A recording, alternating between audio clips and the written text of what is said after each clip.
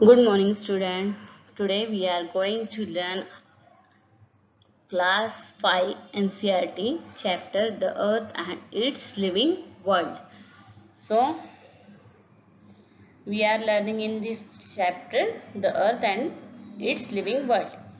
तर हा जो चॅप्टर आहे तर या धड्याचं मी तुम्हाला मराठीमध्ये भाषांतरण या पाठामध्ये सांगणार आहे की पृथ्वी आणि त्याची जीवसृष्टी जी आहे याचे ऑलरेडी बाकीचे व्हिडिओ पहा तुम्ही. हा पार्ट 3 आहे आपला.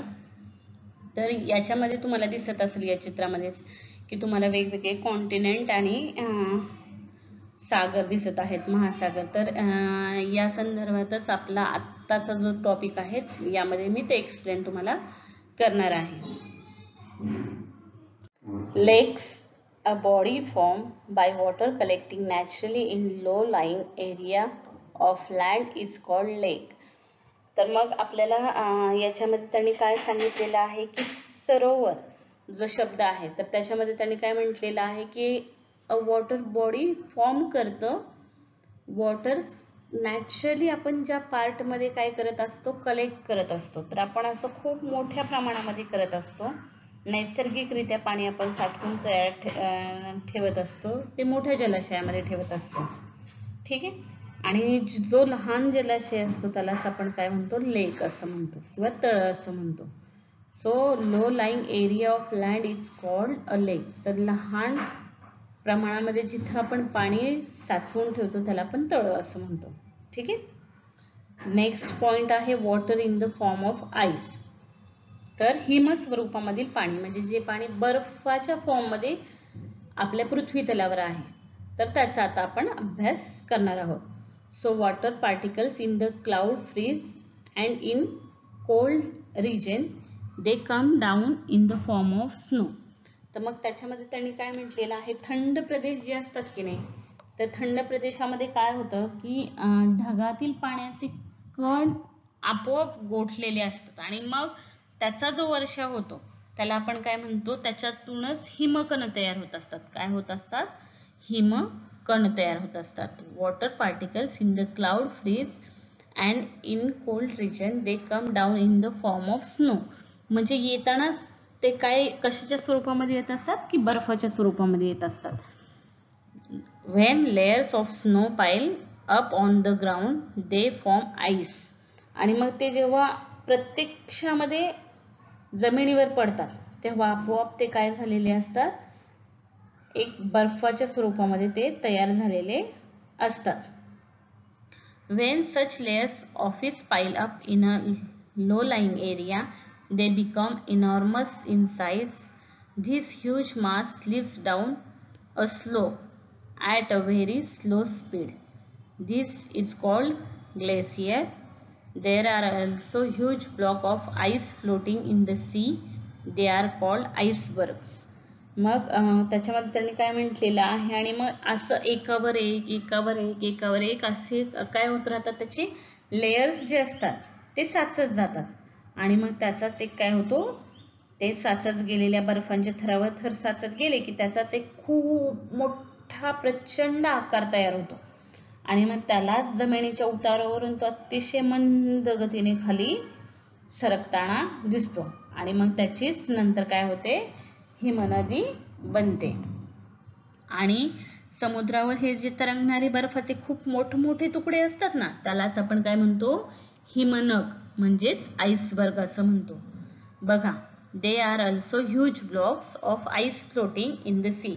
मग आपल्याला हे जे मोठे मोठे ब्लॉक्स असतात की नाही बर्फाचे तर ते आपल्याला मंद गतीने खाली सरकताना दिसतात आणि त्यालाच आपण काय म्हणतो, त्यालाच आपण हिमनग असं म्हणतो.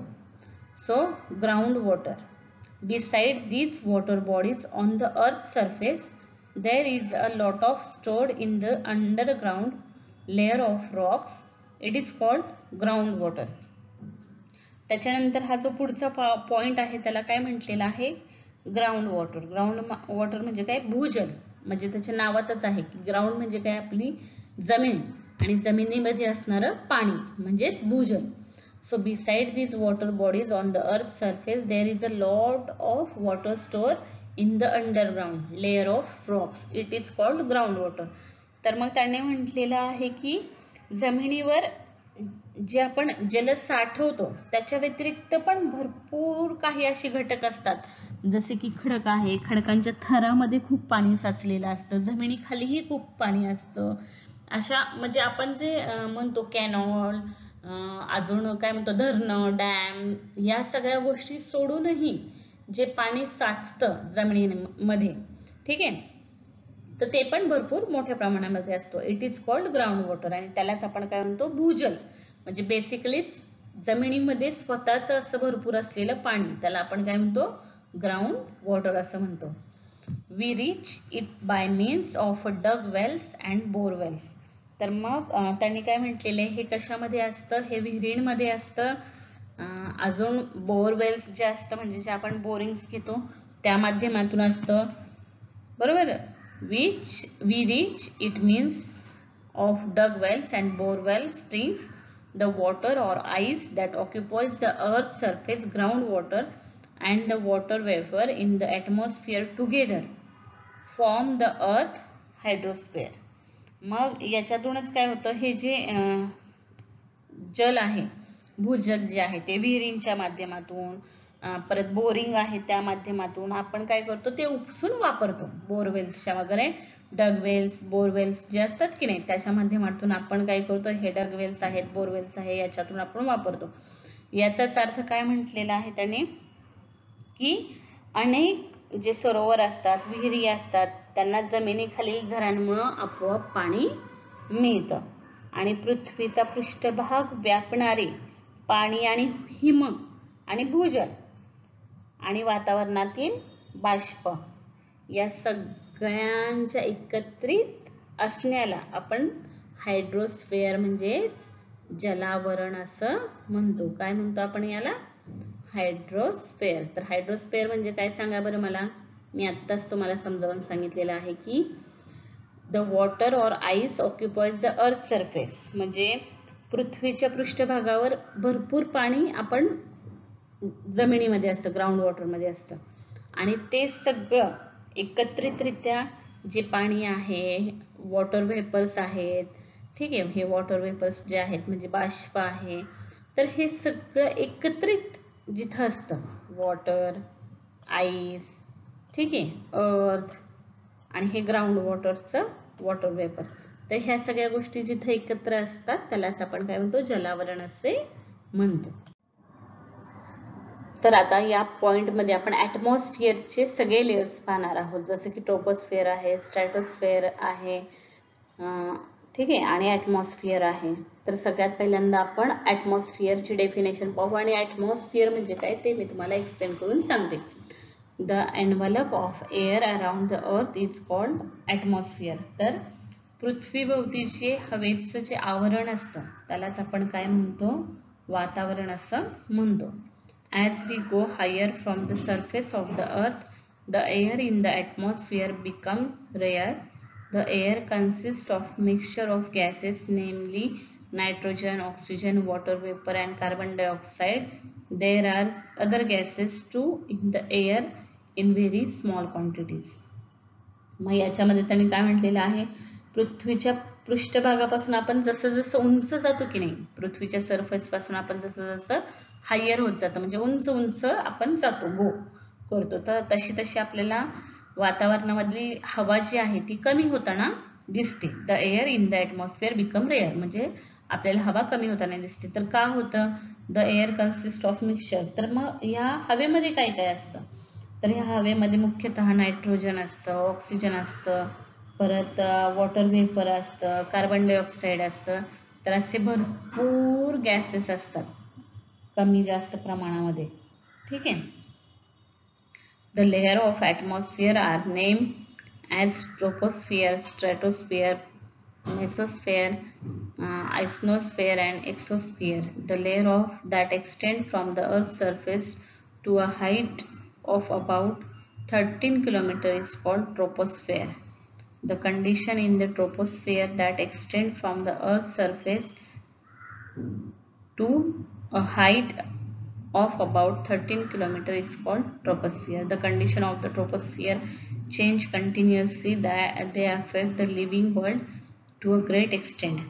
मग त्याच्यानंतर पुढचा जो पॉइंट आहे तो काय आहे आपल्याला पाहायला मिळणार आहे, तो म्हणजे की पृथ्वीच्या पृष्ठभागापासून वातावरणामध्ये हे ट्रोपोस्फिअरला बेसिकली मराठीमध्ये तपांबर म्हणतात, स्ट्रेटोस्फिअरला स्थितांबर, परत मेसोस्फिअरला मध्यांबर, आयनोस्फिअरला आयनांबर आणि एक्सोस्फिअरला बाह्यांबर असे वेगवेगळे थर आपल्या पृथ्वी तलावर आहेत. हे तुम्हाला इथे मी तुम्हाला वर सगळे दिलेले आहे ते तुम्ही व्यवस्थित पाहू शकता. तर याच्यामध्ये त्याने काय सांगितलेलं आहे, the layer that extend from the earth surface to height about 13 kilometre is troposphere. तर मग आपण जर पृथ्वीच्या पृष्ठभागापासून जर 13 किलोमीटरच्या अंतरापर्यंत गेलो ना, तर सगळ्यात पहिला जो थर येतो त्याला आपण काय म्हणतो, ट्रोपोस्फिअर असं म्हणतो. तो किती लांब असतो, 13 किलोमीटर. तो आपल्यापासून काय असतो, दूर असतो. तर त्यालाच आपण काय म्हणतो, ट्रोपोस्फिअर असं म्हणतो. ठीक आहे, हाईट त्याची 13 किलोमीटर असते, त्याला आपण ट्रोपोस्फिअर असं म्हणतो. The condition in the troposphere change continuously, they affect the living world to greater extent. तर मग त्याच्यामध्ये त्यांनी काय म्हटलेलं आहे, तपांबर जे आहे त्याच्यामुळे हवेमध्ये अनेक बदल होत असतात आणि ह्या बदलांचा पृथ्वीवर सजीवांच्या जीवनावर पण परिणाम होताना दिसतो. जर ट्रोपोस्फिअर चेंज झालं तर पृथ्वीवरचं ॲटमॉस्फिअर पण चेंज होतं. तर ट्रोपोस्फिअरचा आपल्या डे टू डे लाईफशी फार जवळचा संबंध आहे, कारण ते पृथ्वीपासून फक्त 13 किलोमीटर काय आहे, अप आहे. सेकंड पॉइंट आहे त्याच्यातला, the surface of the earth gets heated hottest as we go higher in the troposphere. It become cooler. Almost all the water vapors in the atmosphere is contained into the troposphere. That is why all weather related phenomena such as the formation of cloud, rain, fog, wind and storm take place to troposphere. So the air on the high mountains is drier than the air near the earth's surface. Aeroplanes fly in the higher part of the troposphere, that is the air is very rare. Therefore arrangements have to be made to ensure passengers get enough air for breathing. मग या point मध्ये त्यांनी काय सांगितलेलं आहे की सूर्याला पृथ्वीपासून उष्णता मिळाल्यामुळे पृथ्वीचा जो पृष्ठभाग असतो तो काय होतो, खूप हॉट असतो, म्हणजे तापलेला असतो. आणि मग म्हणून पृथ्वी भागालगतची सगळी जी हवा जी आहे ट्रोपोस्फिअरच्या अराउंड जी हवा आहे ती काय असते, सगळी गरम असते. आणि मग तिथून जेव्हा आपण वर जातो तर मग तिथून वर गेल्यानंतर सगळं काय होतं, इट बिकम्स कूलर, म्हणजे थंड थंड हवा होत जाते. आणि मग वातावरणातील जे सगळं काही आहे, almost all water vapour in the atmosphere is contained in the troposphere. आणि मग वातावरणामधले जेवढे सगळे काय असतात तपांबर, तेवढे सगळे बाष्प त्याचं जवळजवळ सर्व बाष्प त्या तपांबरामध्ये जातं. आणि म्हणून ढग, पाऊस जे पण आहे, phenomenon such as cloud, rain, fog म्हणजे धुकं, विंड वादळ, स्टॉर्म्स वादळ, हवा, ह्या सगळ्यांभोवती काय असतं, आपलं तपांबरण अवलंबून असतं. म्हणजे ह्या सगळ्या हवामानाशी संबंधित असणाऱ्या घटना ह्या सगळ्या तपांबरामुळेच होत असतात. The air on the high amount is rare than the air near the earth surface. मग त्याच्यामध्ये त्यांनी काय म्हटलेलं आहे, सभोवतालची जी हवा आहे तर ती पृष्ठभागाच्या हवेपेक्षा काय होते, विरळ असते. जसं की आपण विमानं जी असतात तर ती तपांबराच्या वरच्या भागात उडतात आणि त्या उंचीवर हवा काय होते, आणखीन विरळ होत जाते. आणि म्हणून बघा, आपण एरोप्लेन मधून जे प्रवास करत असतात तेव्हा मग त्यांना तिथं श्वसनासाठी पुरेशी हवा मिळावी म्हणून विमानामध्ये वेगवेगळी सोय ब्रीदिंगसाठी केलेली असतात. म्हणजे बाकीची काही इक्विपमेंट त्यांनी त्याच्यामध्ये अरेंजमेंट त्यांनी तिथे करून ठेवलेली असते की जेणेकरून काय व्हावं की सगळ्यांना याचा मोबदला मिळावा. कारण वर गेल्यानंतर एरोप्लेनमध्ये एअरचं प्रमाण हे फार कमी असतं. Beyond the troposphere up to height about 50 kilometre the earth is layer called stratosphere. तर मग आणि पृथ्वी तलापासून जर आपण 50 किलोमीटर वर गेलं तर तिथं हा स्ट्रॅटोस्फिअरचा लेअर असतो. तो स्ट्रॅटोस्फिअर म्हणजे काय? स्ट्रॅटोस्फिअर्स म्हणजे काय म्हटलेलं होतं मी तुम्हाला? स्थितांबर. स्थितांबर in the lower part of the stratosphere there is a layer of gas called ozone.